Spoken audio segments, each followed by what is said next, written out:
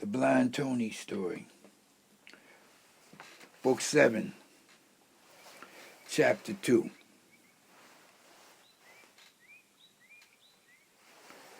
I thought I would get to spend a lot of time with my daughter, but in fact, I didn't get to see her much at all. However, I get to see her mother almost every day.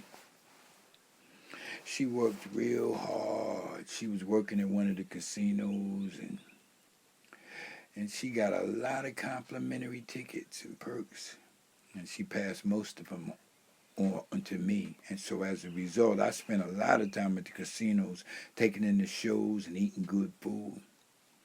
And she and I did spend a lot of time together. It was good seeing her again. But most of the time, I would break away and go off to myself and pursue the drugs, which is what I really enjoyed doing above everything else in this point in time. I was turning into a dope fiend, and I didn't even realize it at the time. Well, if I did realize it, I didn't really care. But anyway, as I said before, I want to take you down the dark path that I was embarking on at that point in time in my life. I know to a lot of people listening to this story, you have no interest in drugs and negative behavior and darkness. All you want to see is the light of God's love and good things. But remember, there's no place you can go where God isn't there. You know? And if you want to go see the rainbow, you got to go through the rain. God is everywhere.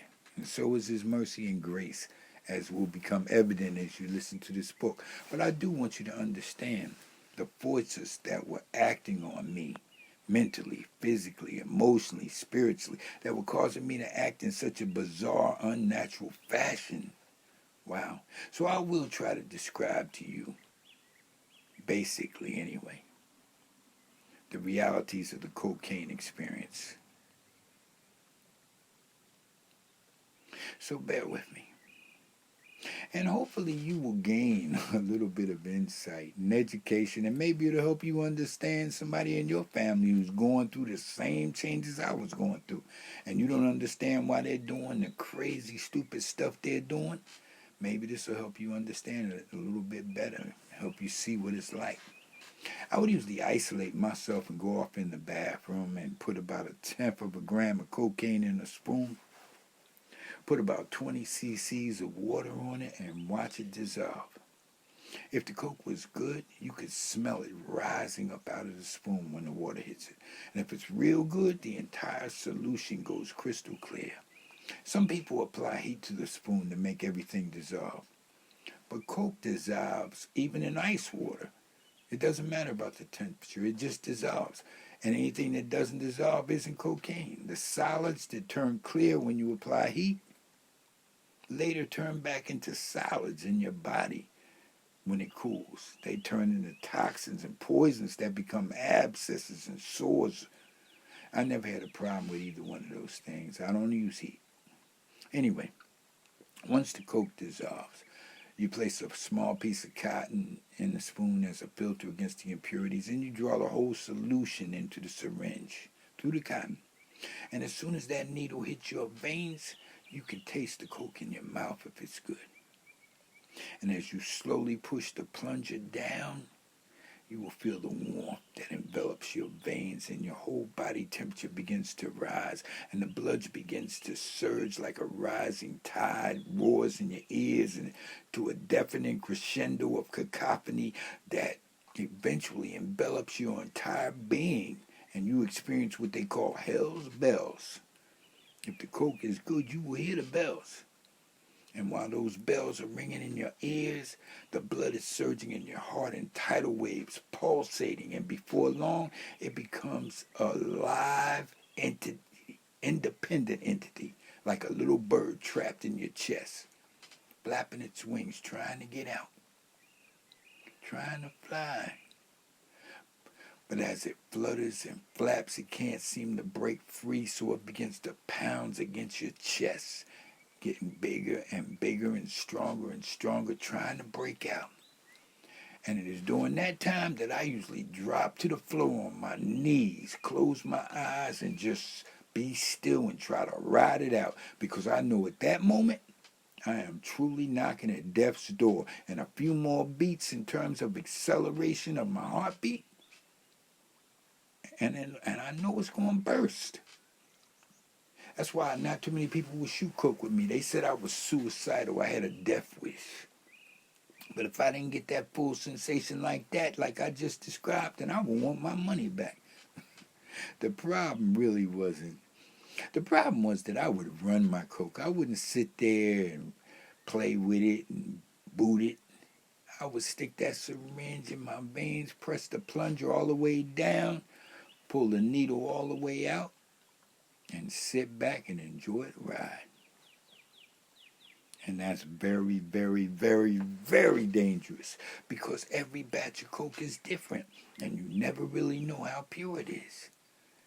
If you slow walk it, then you can gradually gauge your body's reaction to it. But when you run it straight in like the way I did, it is what it is, and there ain't nothing you can do about it. If you use too much, your heart's going to bust. That's all there is to it.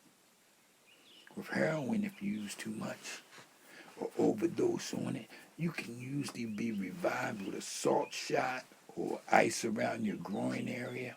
But with cocaine, if you use too much, there's no coming back. So I would come out of the bathroom after I finished shooting coke, looking all crazy, having these thoughts running through my head that are, wow, crazy thoughts. There's an aspect of the cocaine experience that Freud called psychopathia sexualis. It's a very strong component, or mental component, of the cocaine experience. Adrenaline, serotonin, dopamine, epinephrine are all released by the brain. These are the same chemicals that are released during a sexual orgasm. So there is a strong association with sexual pleasure, much like Pavlov's dogs, especially in males. But while there's a heightened sexual arousal in the mind, there's a decrease in the male's ability to perform, because cocaine causes vasoconstriction and limits blood flow. That's why it's preferred in some forms of surgery. It numbs you, but at the same time it limits the blood flow, so you have less bleeding in surgery. In a man's erection is totally dependent on blood flow. It's the big vein that holds everything together. So while in your mind you want to have sex, in most cases you can't. Not without some extra normal stimulation or some bizarre sexual fantasies. There's also a decreased interest in sexual activity in most women when they use cocaine. But due to the increased arousal of most men, women play off the concept in order to reach their goal, which is usually more cocaine. With me, part of the sexual foreplay experience is enjoying the musky scent of a woman's body. Not funk, not perfume, not soap, not stink, but the natural scent of a woman's body. Every woman's scent is uniquely different, distinct. And if I don't like that scent, then I don't get turned on. It's interesting that almost all the animals sniff each other to determine their level of compatibility and their level of desire for each other. It's the pheromones that we secrete. I guess I'm just animalistic when it comes to sex. But I also believe that it's that bizarre habit of mine that has saved me from catching the AIDS virus and a lot of other stuff, because there was a lot of women that I was attracted to that I wanted to have sex with. But because their scent just wasn't right, we just got high and nothing else transpired, except maybe in the mind, as I was saying. The chemicals secreted by the vein are the pleasure centers, but the receptor sites become overloaded. Through overuse and greed, there's no reuptake, but there is a rebound effect.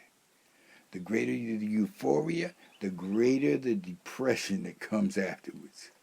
And that depression feels so bad that you'll do just about anything to get it up off you. That's why a lot of people end up doing things that they would never normally do unless they were using cocaine. There was an article in the New York Times Magazine a while back about monkeys who were given the choice between water, food, a monkey of the opposite sex, or cocaine. And in the beginning, the monkeys would hit the buttons for water and food most of the time.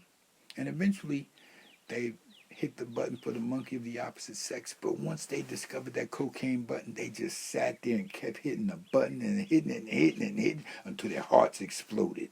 It's amazing the power that that drug has. And it wasn't even illegal until the 1930s. There were forms of cocaine in a lot of everyday household products everywhere. Coca-Cola originally had cocaine in it. And it truly was the pause that refreshes. You know? Wines were made from it. Kings and queens and presidents drank it. Cough syrups and elixirs contained it. Freud swore by it and prescribed it to all his patients.